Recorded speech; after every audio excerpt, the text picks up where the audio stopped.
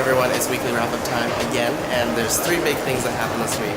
One obviously is, of course, that continuing Air Malaysia 370 flight where it just disappeared off the radar. Now, I really think it's linked to the two people that used those stolen passports from Iran.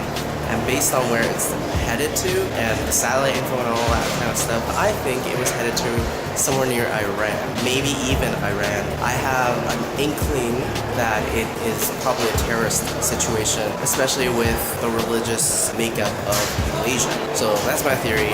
We'll see what happens. Next thing, of course, is we got our transit money kind of forced onto Redford after public pressure from Iveson and his Yeg for LRT campaign. Based on what I think of Redford, I think she should go out because she's just a people pleaser. Anytime something goes wrong or people are unhappy, then she responds to it. So this is a very much a reactive government than a proactive government. There's plenty of examples, including, education cutbacks, and then she puts money back in. Of course, the LRT money, then she puts money back in.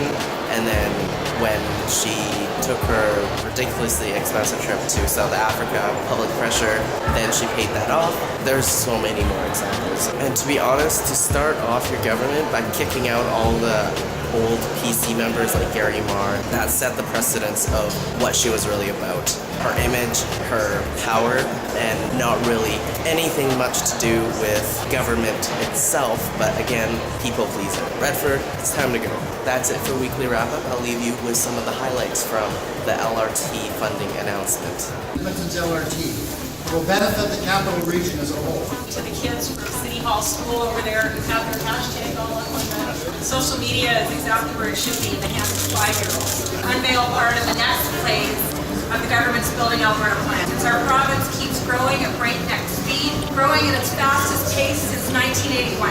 And in as little as a decade, and I predict a lot less time, we're going to be at 5 million people. We were all at the Mayor's State of the City address last week, where he set an agenda for Edmonton that was exciting.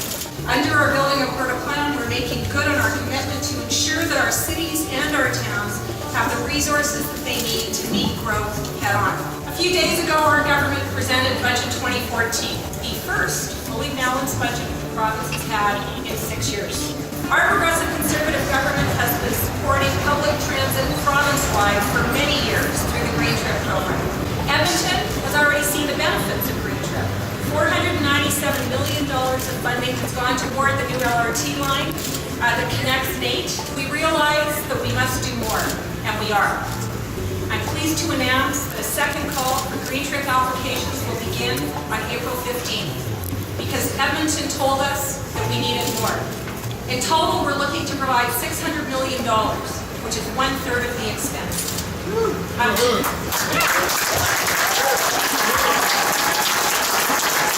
presenting an envelope, which may not have cash in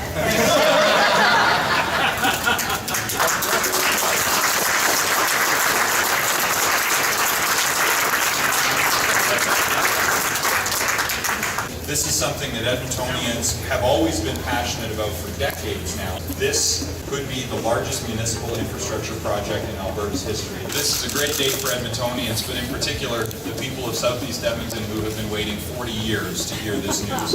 This is extraordinary for them.